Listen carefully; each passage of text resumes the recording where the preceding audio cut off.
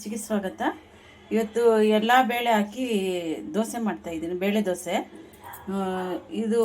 ಇದರಲ್ಲಿ ಅರ್ಧ ಪಾವಷ್ಟು ರೇಷನ್ ಅಕ್ಕಿ ತೊಗೊಂಡಿದ್ದೀನಿ. ಇನ್ನು ಅರ್ಧ ಪಾವಷ್ಟು ಕುಸಲಕ್ಕಿ ತೊಗೊಂಡಿದ್ದೀನಿ. ಇದು ಒಂದು ಈ ಮೆಜರ್ಮೆಂಟು 50 ಗ್ರಾಮ್ ತೊಗರಿಬೇಳೆ, 50 ಗ್ರಾಮ್ ಕಡಲೆಬೇಳೆ, ಒಂದು ಸ್ವಲ್ಪ ಉದ್ದಿನಬೇಳೆ, ಜಾಸ್ತಿ ಏನು ಬೇಡ. ಇದು ಹೆಸರುಬೇಳೆ ಇದೊಂದು 50 ಗ್ರಾಮ್ದಲ್ಲಿ ತೊಗೊಂಡಿದ್ದೀನಿ. ಇಷ್ಟು ಹಾಕಿ ಚೆನ್ನಾಗಿ ತೊಳೆದು ನೆನೆಸ್ಬೇಕು. ನಿಮಗೆ ಇದು ಗೊತ್ತಾಗಬೇಕಂದ್ರೆ ಈ ಪಾವು ಇದೆಯಲ್ಲ, ಈ ಪಾವು ಒಂದು ಬರೋ ಥರ ರೆಡಿ ಮಾಡ್ಕೊಳ್ಳಿ. ಅದು ಅರ್ಧ ಹಾಕಿದ್ರೆ ಇದು ಒಂದು ಪಾವು ಕಡಲೆಬೇಳೆ, ತೊಗರಿಬೇಳೆ, ಸ್ವಲ್ಪ ಉದ್ದಿನ ಕಾಳು, ಇದು ಮುಕ್ಕಾಲು ಪಾವು ಬರೋಷ್ಟರ ನೋಡ್ಕೊಳ್ಳಿ. ಚೆನ್ನಾಗಿ ತೊಳೆದ್ಬಿಟ್ಟು ನೆನೆಸ್ಬಿಡಿ. ಇದರಲ್ಲೆಲ್ಲ ಹಾಕ್ತಾಯಿದ್ದೀನಿ. ಹಾಕಿ ಒಂದ್ಸರಿ ತೊಳ್ಕೊಬರೋಣ. ಇಡ್ಲಿ ಅಕ್ಕಿ, ದೋಸೆ ಅಕ್ಕಿ, ಈ ಎಲ್ಲ ಬೇಳೆಗಳು ಹಾಕಿ ಚೆನ್ನಾಗಿ ತೊಳ್ಕೊಂಬರೋಣ. ನೀರು ಇದ್ದೀನಿ, 3 ಸರಿ ತೊಳೆದಿದ್ದೀನಿ ಚೆನ್ನಾಗಿ. ಇದೊಂದು 1-2 ಅವರ್ ನೆಂದರೆ ಸಾಕು. ಬೇಳೆ ಚೆನ್ನಾಗಿ ನೆಂದಿದೆ, ಎಲ್ಲ ಸೋಸ್ಕೊಂಡಿದ್ದೀನಿ. ಬೇಳೆ ಅಕ್ಕಿ ಎಲ್ಲ ನೆಂದಿದೆ ಚೆನ್ನಾಗಿ. ಈಗ ಅದು ಮಿಕ್ಸಿಗೆ ಹಾಕಿ ರುಬ್ಕೊಳ್ಬೇಕು. ಅದಕ್ಕೆ ಮಸಾಲೆ ಬ್ಯಾಡಿಗೆ ಒಂದು 4 ಗುಂಟೂರು ಮೆಣಸಿನ್ಕಾಯಿ, ಒಂದು 4, 2 ಹಸಿಮೆಣಸಿನ್ಕಾಯಿ, ಸ್ವಲ್ಪ ಇಂಗು, ಉಪ್ಪು, ಶುಂಠಿ, ಬೆಳ್ಳುಳ್ಳಿ ಇದೆಲ್ಲ ಹಾಕಿ ಮಿಕ್ಸಿಗೆ ರುಬ್ಕೊಬೇಕು.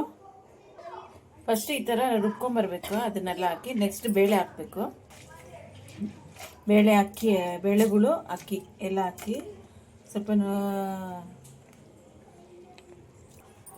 ನೋಡಿ, ಈ ಥರ ಫೈನಾಗಿ ಪೇಸ್ಟ್ ಮಾಡ್ಕೊಂಡಿದ್ದೀರಿ. ಜಾಸ್ತಿ ನೈಸು ಇರಬಾರ್ದು, ರಫ್ ಇರಬಾರ್ದು, ಸ್ವಲ್ಪ ರಫ್ ಇದ್ರೆ ಸಾಕು, ಜಾಸ್ತಿ ನೈಸ್ ಬೇಡ. ಎಲ್ಲ ರುಬ್ಕೊಂಡು ಹಾಕಿದ್ದೆ.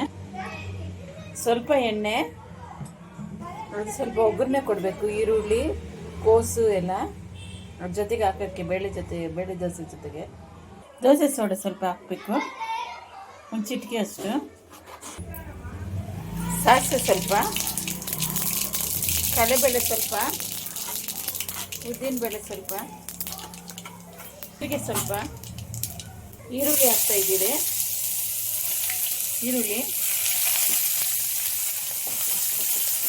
ಕೋಸಲ್ವ ಸಣ್ಣದಾಗಿ ಹಚ್ಚಿ ಇಡಬೇಕು. ಈಗ ಬೇಳೆ ದೋಸೆ ಜೊತೆಗೆ ಅದರೊಳಗಡೆ ಹಾಕಿ ಮಿಕ್ಸ್ ಮಾಡೋದು.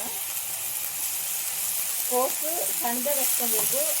ಕೊತ್ತಂಬರಿ, ಸ್ವಲ್ಪ ಕರಿಬೇವು ಹಾಕಿ ಚೆನ್ನಾಗಿ ಸ್ವಲ್ಪ ಫ್ರೈ ಮಾಡ್ಕೊಂಡ್ರೆ ಸಾಕು. ಸ್ವಲ್ಪ ಫ್ರೈ ಆದರೆ ಸಾಕು. ಎಲ್ಲ ಈ ಹಸಿದ ಜೊತೆಗೆ ಹಾಕಿದ್ದೀರಿ ನೋಡಿ, ಎಲ್ಲ ಹಾಕಿದ್ದೀರಿ. ಈ ಥರ ಹಾಕ್ಕೊಂಡು ಚೆನ್ನಾಗಿ ಕಲಿಸ್ಕೊಬೇಕು. ನೋಡಿ, ದೋಸೆ ಹುಯ್ತಾ ಇದ್ದೀರಿ.